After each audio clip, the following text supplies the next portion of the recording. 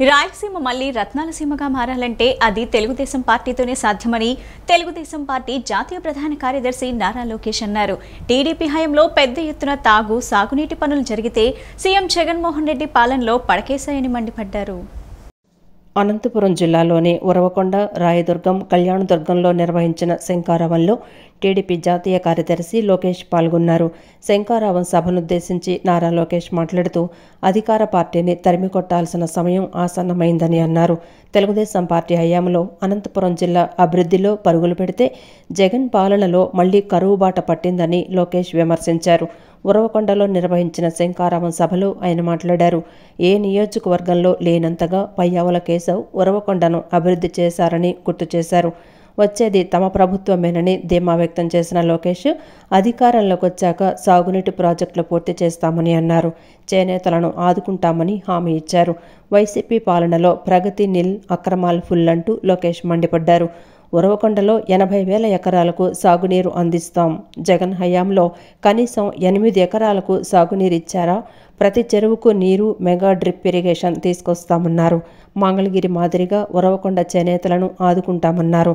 Kothapalli lift irrigation పూర్తి చేసే బాధ్యత తీసుకుంటామని చెప్పారు. ప్రతి కార్యకర్తను గుండెల్లో పెట్టుకుని కాపాడే బాధ్యత తనదని లోకేష్ అన్నారు. ప్రిజనరీ జగన్కి, విజనరీ బాబుకి చాలా తేడా ఉందని ప్రజలందరూ గుర్తించాలని అన్నారు.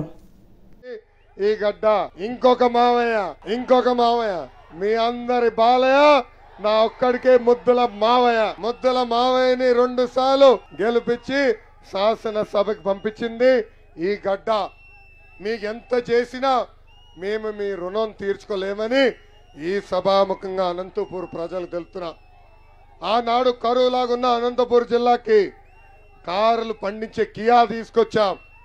50,000 మందికి ఉద్యోగాలు కల్పించాం.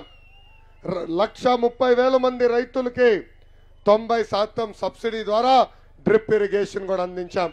హార్టికల్చర్ మిషన్ ఏర్పాటు చేశాం. అరటి రైతుల ఆదాయం రెట్టింపు చేశాం. ఏకంగా నాడు ఒక సంవత్సరం వర్షాలు పడపోతే ఇన్పుట్ సబ్సిడీ ద్వారా 2,000 కోట్ల రూపాయలు కూడా మన ప్రభుత్వం అందజేసింది.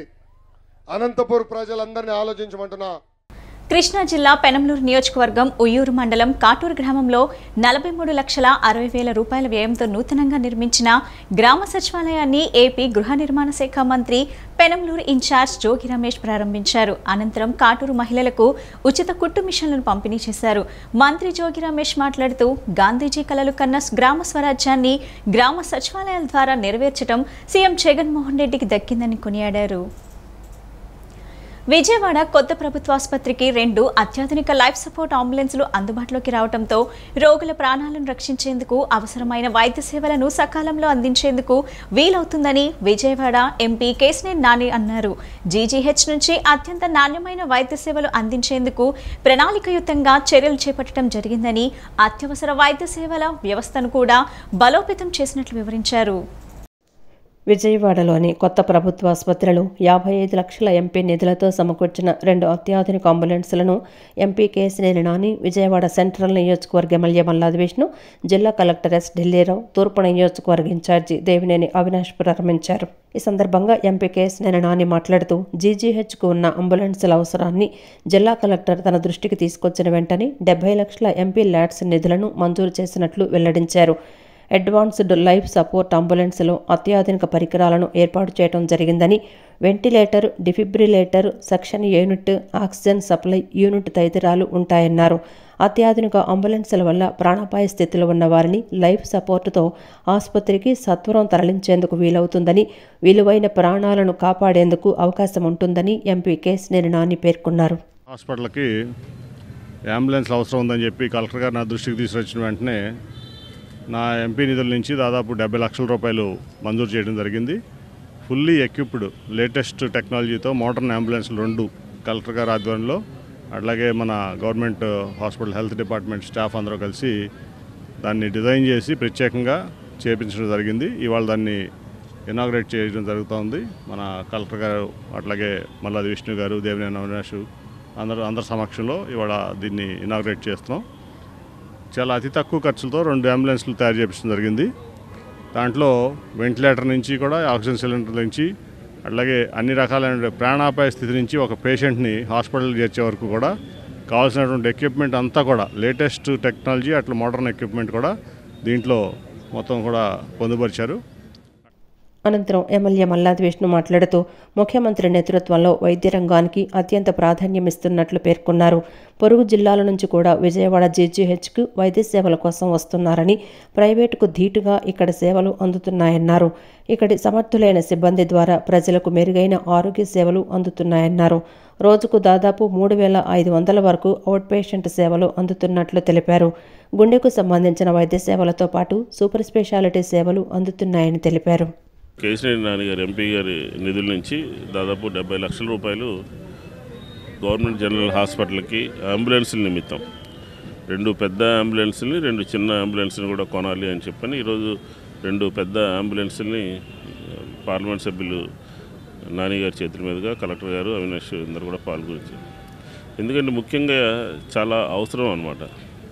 ఈ పాత హాస్పిటల్ నుంచి కొత్త హాస్పిటల్కి లేదా కొత్త హాస్పిటల్ నుంచి పాత హాస్పిటల్కి పేషెంట్ని తీసుకెళ్లేటువంటి సందర్భంలో ఇబ్బందులు ఎదురవుతున్న దృష్ట్యా సూపరింటెండెంట్ గారు కలెక్టర్ గారు చెప్పి కలెక్టర్ గారు పార్లమెంట్ సభ్యులతో మాట్లాడి ఆ నిధుల్ని మంజూరు చేయడం జరిగింది.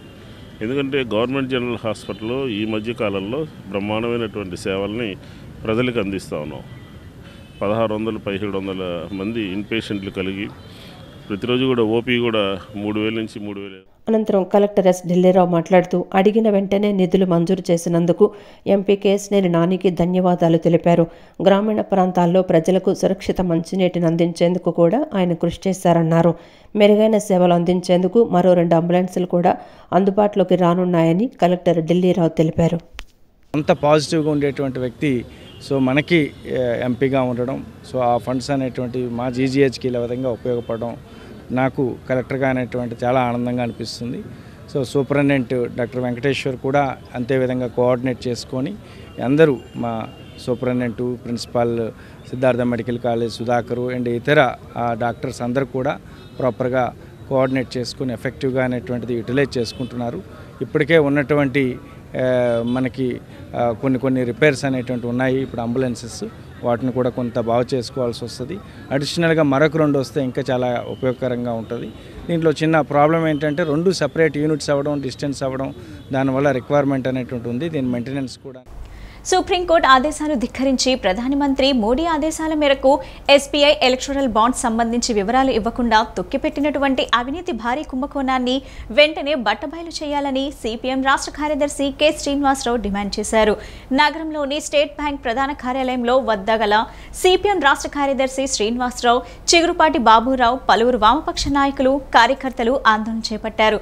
ఎలక్టోరల్ బాండ్ స్టేట్ బ్యాంక్ చరిత్రలో మాయని మచ్చగా నిలిచిపోతుందని విమర్శించారు.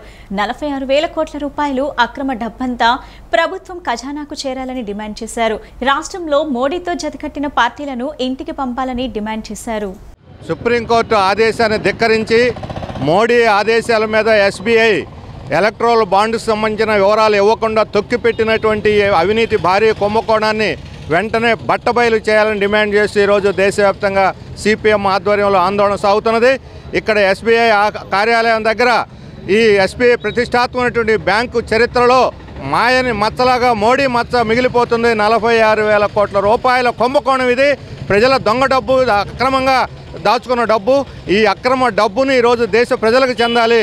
అందుకని వెంటనే వివరాలు బయటపెట్టి సుప్రీంకోర్టు ఆదేశాల ప్రకారం డబ్బునంతా కూడా ప్రభుత్వ ఖజానాకి జమ చేయాలని మేము డిమాండ్ చేస్తున్నాం. అలా కాని పక్షంలో మోడీని ఇక్కడ గద్దె దించడానికి ప్రజలందరూ కూడా సిద్ధపడాలి. ఈ ఎస్బీఐ చరిత్రలో తప్పుదారి పట్టించి ఎస్బీఐని ఒత్తిడి చేసి రాజకీయంగా ఈరోజు మోడీ తన దొంగ వ్యవహారాలని, అవినీతిని కప్పిపుచ్చుకునే ప్రయత్నం చేస్తున్నాడు. అందుకని మన రాష్ట్రంలో కూడా ప్రజలు ఈరోజు ఈ మోడీతో జతకడుతున్నటువంటి పార్టీలు ఇంటికి సాగనంపాలని చెప్పని మేము అందరూ కూడా విజ్ఞప్తి చేస్తూ ఉన్నాం. సుప్రీంకోర్టులో దీన్ని ఛాలెంజ్ చేశాం. సుప్రీంకోర్టు ఆలస్యంగా ఆయన ఆదేశం ఇచ్చింది. ఆ ఆదేశాన్ని కేంద్ర ప్రభుత్వం ఎస్బీఐ ద్వారా అమలు చేయకుండా తొక్కిపడుతూ ఉంది. రాబోయే కాలంలో ప్రజల ఈ పార్టీలకి బుద్ధి చెప్పాలి. ఈ కుంభకోణం బట్టబయలు కావాలి. సుప్రీంకోర్టు తీర్పును వెంటనే అమలు చేయాలని మేము విజ్ఞప్తి చేస్తున్నాం. కృష్ణలంక కరకట్ట ప్రజల చిరకాల కోరిక అయిన రిటైనింగ్ వాల్ నిర్మించిన ఘనత సీఎం జగన్కే దక్కుతుందని వైసీపీ తూర్పు నియోజకవర్గం సమన్వయకర్త దేవినేని అవినాష్ కొనియాడారు. రిటైనింగ్ వాల్ను రేపు సీఎం జగన్ లాంఛనంగా ప్రారంభించనున్నట్లు తెలిపారు. ఈ కార్యక్రమంలో పార్టీ నాయకులు, కార్యకర్తలు పెద్ద ఎత్తున పాల్గొని జయప్రదం చేయాలని కోరారు. రాష్ట్ర ప్రభుత్వం ప్రతిష్టాత్మకంగా నిర్మించిన కృష్ణలంక రిటైనింగ్ వాల్ను రేపు సీఎం జగన్ ప్రారంభించనున్నారు.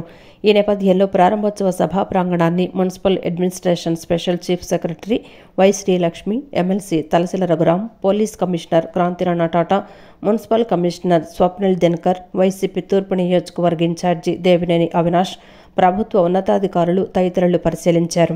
ఈ సందర్భంగా అవినాష్ మాట్లాడుతూ పాదయాత్ర సమయంలో కృష్ణలంక వాసుల కష్టాలు చూసిన సీఎం జగన్ ఇచ్చిన మాట ప్రకారం రిటైనింగ్ వాల్ నిర్మించారని తెలిపారు.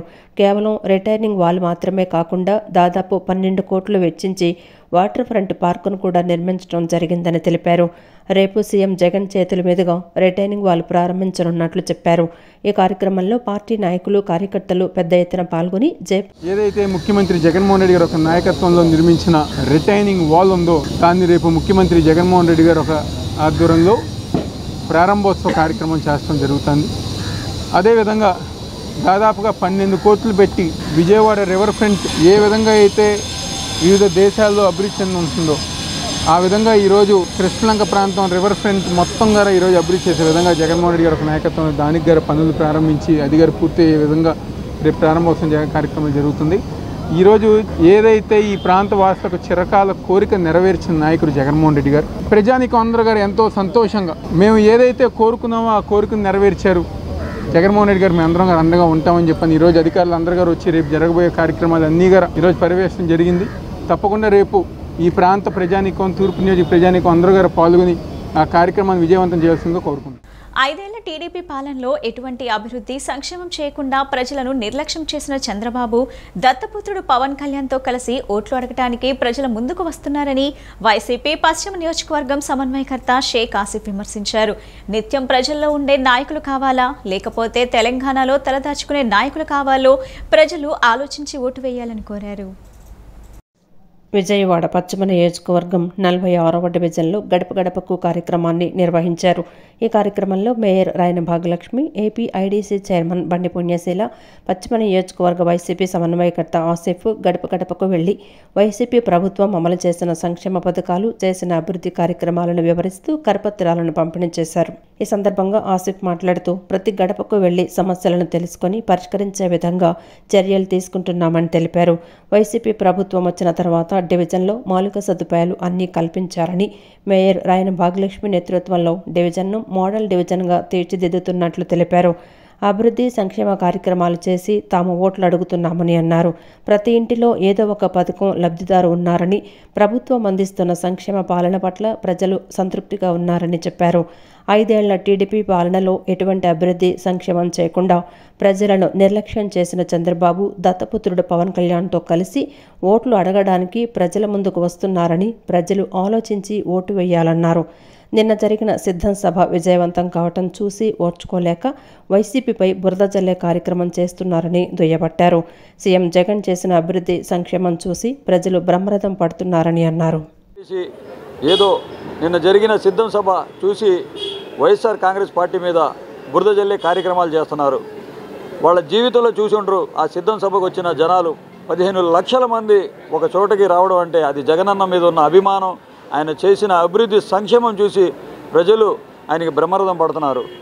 మరి ఇలాంటి సభలు చూసి ఏదేదో కారుకూతలు కూస్తున్నారు. ప్రజల్లోకి వచ్చి ప్రజలకి ఏం చేస్తాం, ప్రజలకు మేము చేసే మేలు ఏంటి అని చెప్పలేకపోతున్నారు.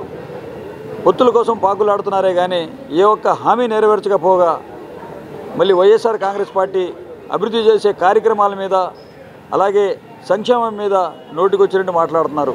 మేము పథకాలు ఇస్తామంటే వాళ్ళు పథకాలు ఇస్తామంటున్నారు, మేము సిద్ధం అంటే వాళ్ళు సంసిద్ధం అంటున్నారే. కాపీ కొట్టే వ్యవహారం తప్ప ప్రజలకి స్వచ్ఛందంగా వాళ్ళకై వాళ్ళు నిర్ణయించి మాట్లాడే మాట అనేది ఏది లేదు. రానున్న కాలం వైఎస్ఆర్సీపీ అనంతరం mayor Rayana Bhagyalakshmi, APIDC chairman పుణ్యశీల మాట్లాడుతూ ప్రజలు సీఎం జగన్ వెంటే ఉన్నారని, మళ్లీ జగనన్న ముఖ్యమంత్రి కావాలని అందరూ కోరుకుంటున్నారని తెలిపారు. మోసపూరిత అబద్ధపు మాటలతో ప్రజలను మభ్యపెట్టి ఎటువంటి అభివృద్ధి చేయకుండా ప్రజలను మోసగించిన టీడీపీ 23 సీట్లకు పరిమితమైందన్నారు. బీజేపీని విమర్శించిన టీడీపీ నేతలు బీజేపీతో మళ్లీ జతకట్టారని, ఎంతమంది కలిసి వచ్చినా జగన్మోహన్ రెడ్డి మళ్లీ ముఖ్యమంత్రి కావటం ఖాయమన్నారు. అంత జనహోరుని చూసినారు, అందరు మతులు పోయినాయి. కానీ ఇంకా ఏదో మభ్యపెట్టాలని, ఇంకా ఏదో మాయ చేయాలని ప్రజల వద్దకు వస్తారు. ప్రజలు ఎవ్వరు పిచ్చోళ్ళు కాదు. ఈరోజు అందుతున్న సంక్షేమ అభివృద్ధి ఇలాగే కొనసాగాలంటే జగనన్న రావాలన్న సంగతి వాళ్ళందరికీ తెలుసు. ఇచ్చేవాళ్ళు ఇస్తుంటే మేము వచ్చి ఇస్తాము అని అన్నాం. దేనికి అవసరం లేదు. 14 ఏళ్ళు మీరు సీఎంగా చేసి ఏమీ చేయలేక మీ బిడ్డ వయసు ఉన్న జగన్మోహన్ రెడ్డి గారు పాలన చూసి అది నేను కంటిన్యూ చేస్తానని చెప్పుకునే వాళ్ళు మాకు దేనికి? ఆల్రెడీ ఇచ్చేవాళ్ళు ఉన్నారు. పెట్టే అమ్మ ఎలాగా పెడుతుంది, నువ్వు వచ్చి కొత్తగా పెట్టేది ఏమీ లేదు. ఇండియా మొత్తం తిరిగి అన్ని రాష్ట్రాల్లో ఉన్న సంక్షేమ పథకాలన్నీ ఏరుకొని వచ్చి ఇక్కడ మనం మేనిఫెస్టివల్ తయారు చేసి ఒక కిచిడి తయారు చేసి చూపిస్తారు. ఆ కిచిడిని నమ్మే పరిస్థితుల్లో ప్రజలు లేరు. తగిన బుద్ధి వీళ్ళకి తెలియజేస్తారు. 3 నియోజకవర్గాలు, అటు వెల్లంపల్లి శ్రీనివాసరావు గారు, దేవినేని అవినాష్ గారు, అలాగే షేక్ ఆసిఫ్ గారు, ముగ్గురు విజయకేతనం ఎగరవేయటం జరుగుతుంది. ఎంపీ కేసీఆర్ నాని గారు కూడా విజయకేతనం ఎగరవేయటం జరుగుతుంది. విజయవాడ నగరం వైఎస్ఆర్సీపీ అడ్డా పార్టీ వీళ్ళిద్దరినీ కూడా వాళ్ళకి ఊడిగం చేయించుకోవడానికి చాలా తెలివిగా పన్నాగాలు పన్నింది. మరి ఈ యొక్క ఇదిలో ఒకవేళ కనుక రేపొద్దున ఏదన్నా అవకాశం వస్తే పవన్ కళ్యాణ్ పరిస్థితి ఏంటి అనేది కూడా పవన్ కళ్యాణ్ తెలుసుకోవాలి. జెండా కూలీగా మాత్రమే నువ్వు నీ పార్టీ ఉండిపోతారు. మరి మీ అందరినీ నమ్మే పరిస్థితుల్లో ఇంత నీచమైన, ఎందుకంటే 14 సంవత్సరాలు ముఖ్యమంత్రిగా చేసిన చంద్రబాబు నాయుడు ఏం చేయగలిగాడు? 5 సంవత్సరాల్లో జగన్మోహన్ రెడ్డి 2 ఏళ్ళు కరోనా కాలం పోతే 3 ఏళ్లలో ఇంత అభివృద్ధి సంక్షేమం చూపిస్తే మరి 14 ఏళ్ళు అనుభవం ఉన్నటువంటి వ్యక్తి ఏం చేశాడు? ఆంధ్ర రాష్ట్రానికి ఏం చేయగలిగాడు? అధికారంలోకి వచ్చిన తరువాత ఎన్నికల మేనిఫెస్టోలో చెప్పిన విధంగా 95% పైగా హామీలు అమలు చేసిన నాయకులు సీఎం జగన్ అని ఆ పార్టీ తూర్పు నియోజకవర్గ ఇన్ఛార్జ్ దేవినేని అవినాష్ కొనియాడారు. ప్రతిపక్ష పార్టీలు ఇంతవరకు అభ్యర్థులను కూడా ప్రకటించుకోలేని దీనస్థితిలో ఉన్నాయని ఎద్దేవా చేశారు. రాబోయే ఎన్నికలకు మేము సిద్ధంగా ఉన్నామని, జగన్ బొమ్మే మమ్మల్ని గెలిపిస్తుందని అవినాష్ ధీమా వ్యక్తం చేశారు. గడప గడపకు కార్యక్రమంలో భాగంగా వైసీపీ తూర్పు ఇన్ఛార్జి దేవినేని అవినాష్ 18వ డివిజన్లోని రాణిగారి తోట, తారకరామ నగర్, కరకట్ట ప్రాంతాలలో గడప గడపకు వెళ్లి ఈ 4.5 ఏళ్ల జగనన్న ప్రభుత్వంలో చేపట్టిన సంక్షేమాభివృద్ధి కార్యక్రమాల గురించి వివరించారు. అభివృద్ధి కార్యక్రమాలతో మీ అవినాష్ అన్న హామీ పేరుతో ముద్రించిన మేనిఫెస్టో కరపత్రాలు అందించారు. ఇచ్చిన మాట ప్రకారం 2024 వైఎస్ఆర్సీపీ ప్రభుత్వం అధికారంలోకి వచ్చిన వెంటనే ఈ హామీలన్నీ నెరవేరుస్తామని భరోసా ఇచ్చారు. ఈ సందర్భంగా అవినాష్ మాట్లాడుతూ వైసీపీ ప్రభుత్వం అధికారంలోకి వచ్చిన తర్వాత ఈ డివిజన్లో 35 కోట్ల రూపాయలు వెచ్చించి అభివృద్ధి కార్యక్రమాలు చేపట్టడంతో పాటు అర్హులైన ప్రతి ఒక్కరికి సంక్షేమ పథకాలు అందచేయడం జరిగిందని అన్నారు.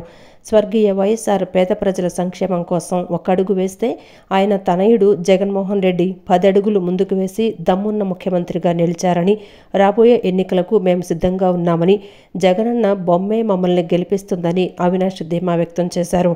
కానీ ప్రతిపక్ష పార్టీలు ఇంతవరకు అభ్యర్థులను కూడా ప్రకటించుకోలేని దీనస్థితిలో ఉన్నాయని ఎద్దేవా చేశారు.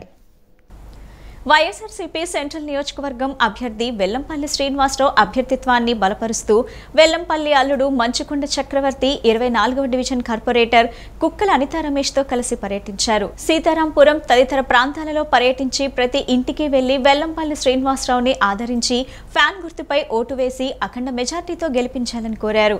ఈ సందర్భంగా మంచుకొండ చక్రవర్తి మాట్లాడుతూ 24వ డివిజన్లో రోడ్లు ఇంతలా అభివృద్ధి చెందాయంటే అందుకు వైసీపీ ప్రభుత్వమే కారణమని అన్నారు. అర్హులైన అందరికీ సంక్షేమ ఫలాలు అందుతున్నాయని వివరించారు. ప్రజలందరూ జగన్ను మళ్లీ ముఖ్యమంత్రిని చేయాలని ఆకాంక్షిస్తున్నారని వెల్లడించారు. ఈ కార్యక్రమంలో వెల్లంపల్లి తమ్ముడు వెల్లంపల్లి రామకృష్ణ, 24వ డివిజన్ వైసీపీ సీనియర్ నాయకులు, కార్యకర్తలు, వెల్లంపల్లి కుటుంబ సభ్యులు తదితరులు పాల్గొన్నారు. ప్రతి ఒక్కరికి వీరు తలుపు వెళ్ళి తలుపు తట్టి వారికి పెన్షన్ అయితే కానివ్వండి, అర్హత వారికి ఏ సంక్షేమం ఉన్నా ఆ సంక్షేమాన్ని వారు అందజేయడం జరుగుతుంది.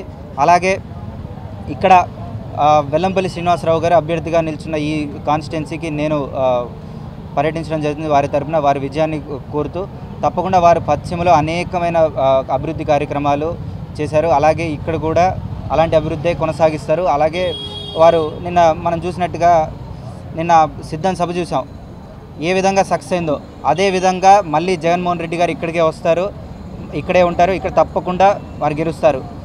అదేవిధంగా మరి వెల్లంపల్లి శ్రీనివాసరావు గారు సెంట్రల్లో గెలవడం కూడా జరుగుతుంది.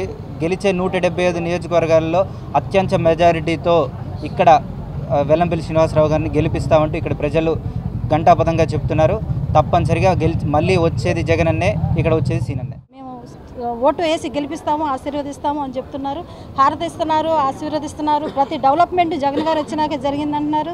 అలాగే గత ప్రభుత్వం చూస్తే ఆకాశంలో ఉన్నాము మేము అంటున్నారు. ఆకాశంలో ఉన్న వాళ్ళు ప్రజలకు అందుబాటులో ఎలా ఉంటారండి? మా నాయకులు నిత్యం ప్రజల్లో ఉంటున్నారు. కార్యకర్తలు కావచ్చు, గృహసారథులు కావచ్చు, కన్వీనర్లు కావచ్చు, ఎమ్మెల్యేలు కావచ్చు, ఈ రోజు గడపకు రావడం కాదు, ప్రతి నిత్యం ప్రతి గడపలో ఉంటున్నాం, ప్రతి పేద బడుగు బలహీన వర్గాలకు అందుబాటులో ఉంటున్నాం, వారి సమస్యలు అడిగి తెలుసుకుంటున్నాం, వారికి ఏమైనా పెన్షన్ రాకపోతే ఇస్తున్నాం. ఈ అధికారంతో వాళ్ళని వెళ్ళి ఓటు అడగగలుగుతున్నాం. అందుకని ప్రతి ఒక్కరు కూడా డివిజన్ నాయకులు, సెంట్రల్ నియోజకవర్గ ప్రజలు గుర్తుపెట్టుకొని మన వెల్లంపల్లి సీనన్నను ఆశీర్వదించాలని, జగన్ గారిని ఆశీర్వదించాలని కోరుకుంటూ విచ్చేసిన ప్రతి ఒక్కరికి కూడా నా ధన్యవాదాలు. పేదల కోసం నిత్యం పరితపించే వ్యక్తి దేవినేని అవినాష్ అని, అటువంటి అవినాష్ను గెలిపించుకోవాల్సిన బాధ్యత తూర్పు నియోజకవర్గం ప్రజలపై ఉందని కార్పొరేటర్ వియ్యపు అమర్నాథ్ కోరారు. దేవినేని నెహ్రూ చారిటబుల్ ట్రస్ట్ ఆధ్వర్యంలో పేదలకు ఉపాధి కల్పించేందుకు తోపుడు బండ్లు పంపిణీ చేస్తున్నారని చెప్పారు. అభివృద్ధి, సంక్షేమం దేవినేని అవినాష్ వల్లే సాధ్యమని ఆయన పేర్కొన్నారు. దేవినేని రాజశేఖర్ నెహ్రూ ట్రస్ట్ ఆధ్వర్యంలో విజయవాడ తూర్పు నియోజకవర్గంలో 6-7 డివిజన్లకు సంబంధించి పలువురికి తోపుడు బండ్లు పంపిణీ చేశారు. మెట్రో వద్ద జరిగిన ఈ కార్యక్రమంలో వైసీపీ తూర్పు ఇన్ఛార్జి దేవినేని అవినాష్ బావ, వై సిద్ధార్థ, అవినాష్ సతీమణి సుధీర పాల్గొని లబ్ధిదారులకు బండ్లు అందజేశారు. ఈ సందర్భంగా కార్పొరేటర్ వియ్యపు అమర్నాథ్ మాట్లాడుతూ వైసీపీ తూర్పు ఇన్ఛార్జి దేవినేని అవినాష్ అనేక సేవా కార్యక్రమాలు నిర్వహిస్తున్నారని చెప్పారు. ఇందులో భాగంగా వేగే వెంకటేశ్వరరావు సహకారంతో ₹1,00,000 విలువ చేసే తోపుడు బండ్లు పంపిణీ చేసినట్లు వివరించారు. తమ డివిజన్లో ప్రతి గడపకు 3 సార్లు అవినాష్ పర్యటించారని, ప్రజల సమస్యల పట్ల చిత్తశుద్ధితో పనిచేసే ఏకైక నాయకుడు అవినాష్ అని కొనియాడారు. కొండ ప్రాంత సమస్యలను పరిష్కరించారని, అటువంటి ప్రజా నాయకుడిని ప్రజలందరూ గెలిపించుకోవాల్సిన అవసరం ఉందన్నారు. అనంతరం డివిజన్ ఇన్ఛార్జి వేగే వెంకటేశ్వరరావు మాట్లాడుతూ పేదలకు సేవ చేయాలన్న దేవినేని నెహ్రూ ఆశయాలకు అనుగుణంగా అవినాష్ పనిచేస్తున్నారని పేర్కొన్నారు. ప్రజాసేవ కోసమే దేవినేని కుటుంబం అంకితమైందని అన్నారు. విజయవాడ తూర్పు నియోజకవర్గంలో 600 కోట్ల మేర అభివృద్ధిని అవినాష్ చేయించి చూపించారని అన్నారు. నిత్యం ప్రజల కోసం తప్పించే అవినాష్ను గెలిపించుకోవాలని ఆయన పిలుపునిచ్చారు. తూర్పు నియోజకవర్గంలో 6వ వార్డులో బడుగు బలహీన వర్గాలకు సంబంధించిన ₹1,00,000 తోపుడు బళ్ళు దేవినేని నెహ్రూ గారు చారిటబుల్ ట్రస్ట్ తరఫున అందించడం, పేదలకు సేవ చేయాలనే దేవినేని నెహ్రూ గారి ఆశయ సాధన కోసం ఆయన తనయుడు ఆర్ఎన్ఎస్లో 24 గంటలు కుటుంబంలో 4 వ్యక్తులు ఈరోజు రాజకీయాల్లో ఎవరికి ఇలా కుటుంబం అంతా 4 పక్కల వార్డులో తిరుగుతా ప్రజా సమస్య పరిష్కరించడం కోసం పనిచేసే కుటుంబం రాజకీయాలు ఎవరూ లేరు. నిస్వార్థంగా ఏ వ్యాపారాలు లేకుండా రాజకీయం కోసమే, ప్రజాసేవ కోసమే ఈ కుటుంబం అంకితమై ఉంది.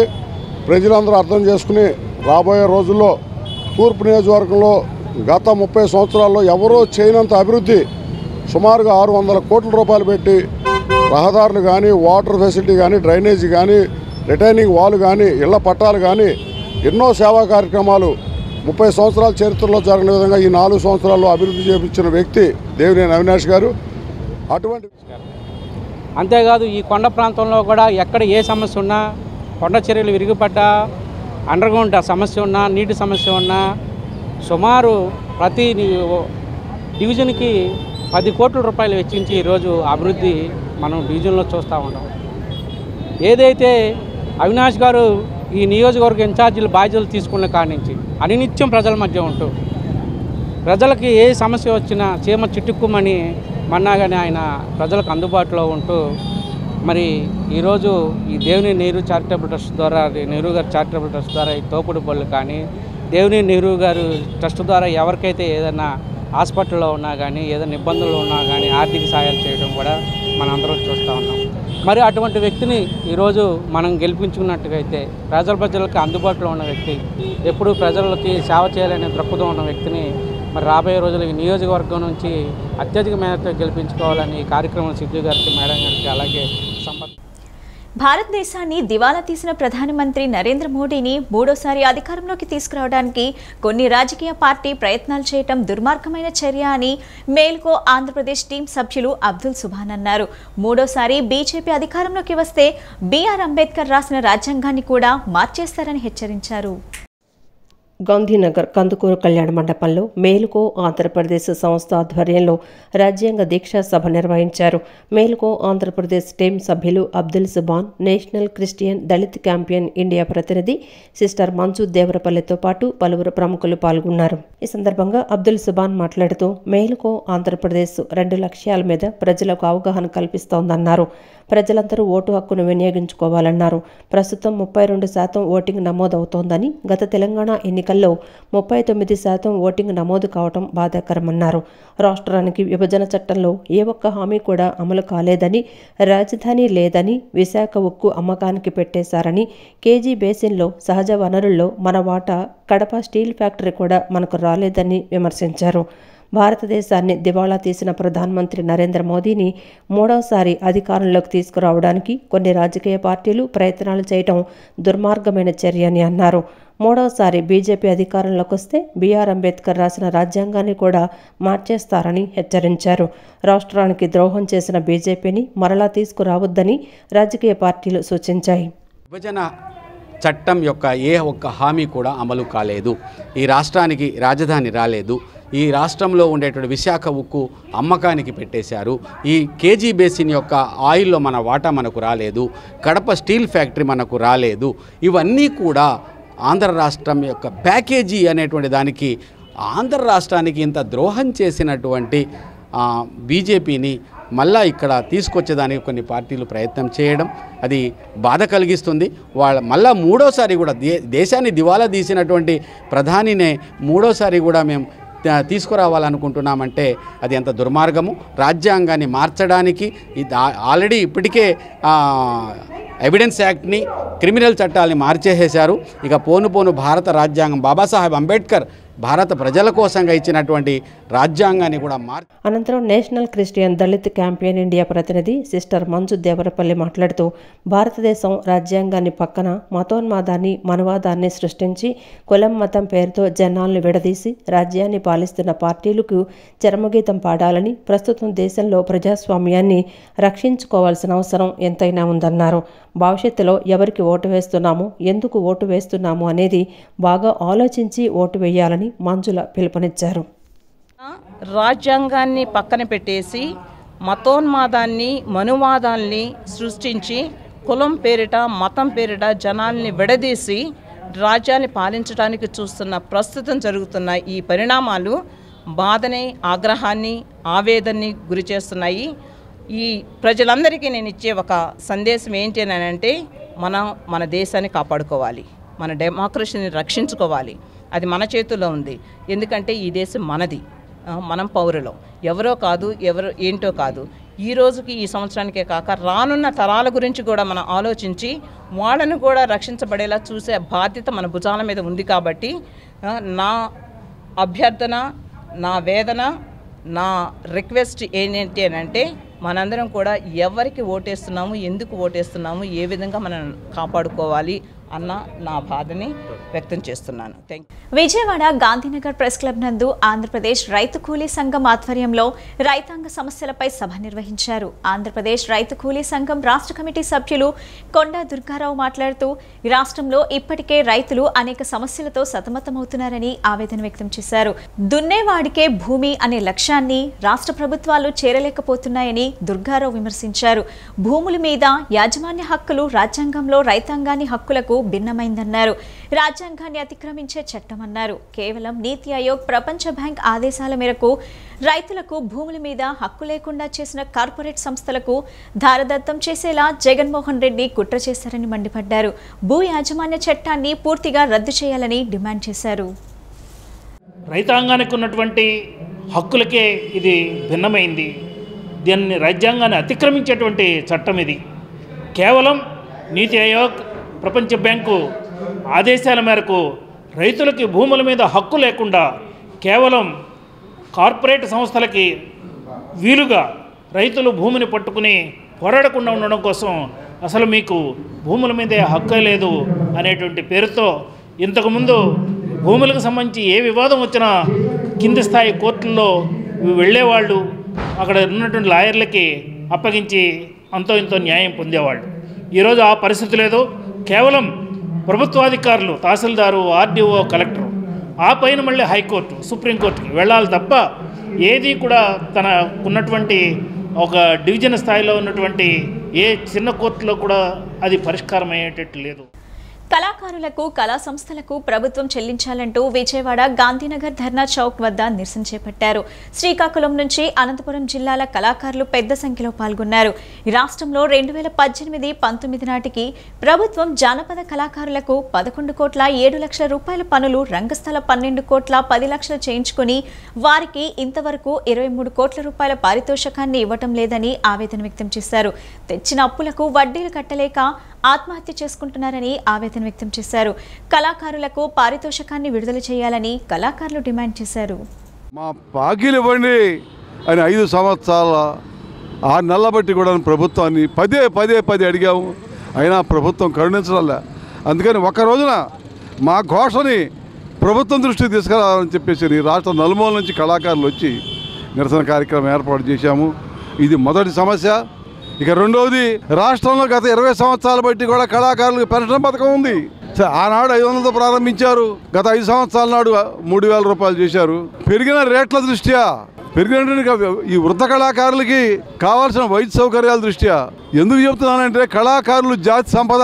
ఏ రకంగానైతే మనం ఒక నాగార్జున సాగర్ ప్రాజెక్టునో, పులిచింతల ప్రాజెక్టునో, రైల్వేలను, ఒక ఆర్టీసీనో కాపాడుకోవాలా, ప్రజలకి మేలు చేయాలని చెప్పేసి ప్రభుత్వాలు వాటిని కాపాడుకుంటుందో, అదే రకంగా కళాకారులను కూడా కాపాడుకొని మన జాతి చరిత్రని, మన సంస్కృతిని ప్రజలకు అందించాల్సిన బాధ్యత ఈ కళాకారుల ద్వారా, ఈ సాహితీవేత్తల ద్వారా పంచాల్సిన బాధ్యత ప్రభుత్వాలకు ఉంది. విజయవాడ సూర్యారావుపేటలో నూతనంగా ఏర్పాటు చేసిన శ్రీ గోపాల్ జ్యువెలర్స్ షోరూంను ప్రముఖ సినీ నటి కామ్నా జట్మలాని లాంఛనంగా ప్రారంభించారు. షోరూంలో వినూత్న మోడల్స్ ఉన్నాయని, మహిళా మనులను ఆకట్టుకునేలా బంగారు ఆభరణాలు ఈ షోరూంలో ఉన్నాయని ఆమె పేర్కొన్నారు. తయారీదారులే నేరుగా బంగారు ఆభరణాలను విక్రయించడం వ్యాపార రంగంలో ఇది ఒక శుభపరిణామమని తెలిపారు. విజయవాడ సూర్యారావుపేటలో నూతనంగా శ్రీ గోపాల్ జ్యువెలర్స్ షోరూంను ఏర్పాటు చేశారు. ఈ షోరూంకు ప్రముఖ సినీ నటి కామ్నా జట్మలాని ముఖ్య అతిథిగా విచ్చేసి షోరూంను లాంఛనంగా ప్రారంభించారు. అనంతరం షోరూంలో ఏర్పాటు చేసిన వివిధ రకాల బంగారు ఆభరణాలను తిలకించడంతో పాటు వాటిని ధరించి ప్రదర్శించారు. ఈ సందర్భంగా ఆమె మాట్లాడుతూ, శ్రీ గోపాల్ జ్యువెలర్స్లో బంగారు ఆభరణాలు మోడల్స్ చాలా బాగున్నాయని పేర్కొన్నారు. తయారీదారులే నేరుగా బంగారు ఆభరణాలను విక్రయించడం వ్యాపార రంగంలో ఇది ఒక శుభపరిణామమని తెలిపారు. ఈ సంస్థ దినదిన అభివృద్ధి చెందాలని, మరిన్ని శాఖలు ఏర్పాటు చేయాలని ఆకాంక్షించారు. తనకు 2 చిన్నపిల్లలు ఉన్నారని, అందుకే సినిమాలకు కొంతకాలం దూరంగా ఉన్నానని, ప్రస్తుతం 2 సినిమాలకు సైన్ చేసినట్లు తెలిపారు. ఒక కామెడీ చిత్రంతో పాటు వెబ్ సిరీస్లో కూడా నటిస్తున్నానని ఆమె తెలియజేశారు. అందరికీ నమస్కారం. నేను మీ కామ్నా జేట్మలాని. ఈరోజు నేను విజయవాడలో ఉన్నాను. నేను చాలా ఎక్సైటెడ్గా ఉన్నాను, చాలా సంతోషంగా ఉన్నాను నాకు. ఎందుకు అంటే నేను ఈరోజు శ్రీ గోపాల్ జ్యువెలర్స్ ఇప్పుడు ఇనాగ్రేషన్ చేశాను. అండ్ ఇది షాప్ చాలా చాలా మంచి షాప్గా ఉంది. నేను చూసాను చాలా వెరైటీస్గా ఉంది ఇక్కడ. And I'm wearing one of the collection. As you can see ఇది చాలా బ్యూటిఫుల్ టెంపుల్ సెట్ ఉంది. అండ్ ఇది చోకర్ కూడా చాలా బాగుంది. So I think the jewellery is beautiful. And ఇక్కడ మెయిన్ పాయింట్, మెయిన్ స్పెషాలిటీ ఏంటిది, the man whose store it is, you know, he also has been into manufacturing and he also has done wholesale, and this is the first time he's getting into retail. That means he also can do the karigari straight to the customers. అనంతరం showroom అధినేత గోపాల్ మాట్లాడుతూ, తామే బంగారు నగలను తయారు చేసి వాటిని నగరవాసులకు విక్రయిస్తున్నామని, విజయవాడలో ఇది ప్రప్రథమమని తెలిపారు. షోరూం ప్రారంభోత్సవాన్ని పురస్కరించుకుని నేటి నుండి ఈ నెల 25వ తేదీ వరకు తరుగు మజూరీపై రాయితీ అందిస్తున్నామని, ఈ అవకాశాన్ని నగర ప్రజలు సద్వినియోగం చేసుకోవాలని ఆయన కోరారు. నెక్లెస్లు, హారాలు, బంగారు చైన్స్, ఉంగరాలు, వివిధ రకాల మోడల్స్ తక్కువ ధరలకే లభిస్తాయని చెప్పారు. నేను యాక్చువల్లీ కారిగర్ టు కస్టమర్ డైరెక్ట్, దానికి తురుగు ముజురి చాలా తక్కువలో వస్తుంది. అంటే నేను తయారు చేసి యాక్చువల్లీ జ్యువెలర్స్కి ఇస్తాము. ఇప్పుడు నేను కూడా రీటైల్ షాప్ పెట్టాము. మీరు అందరికీ నేను మా రిక్వెస్ట్, ఒక్కసారి మా షాప్కి విజిట్ చేయండి. ఆ బయటి షాప్కి మా షాప్కి తురుగు ముజురి మీకు అర్థం వస్తుంది. అది మా అందరికీ రిక్వెస్ట్. ornaments ఫెసిలిటీ ఉంది మీకు. నొక్సీ హారం, నొక్సీ బొడ్డాన్నం, ఏదో ఐటెం జ్యువెలరీ ఐటెం ఏదో కావాలా అయితే నా దగ్గరే దొరుకుతుంది. రెడీగా లేదు అంటే ఐటెం మీరు మోడల్ ఇస్తే నేను చేసి ఇస్తాము. అది ఈ బులెటిన్ ఇంతటితో సమాప్తం. తిరిగి మరో బులెటిన్లో కలుద్దాం. నమస్కారం.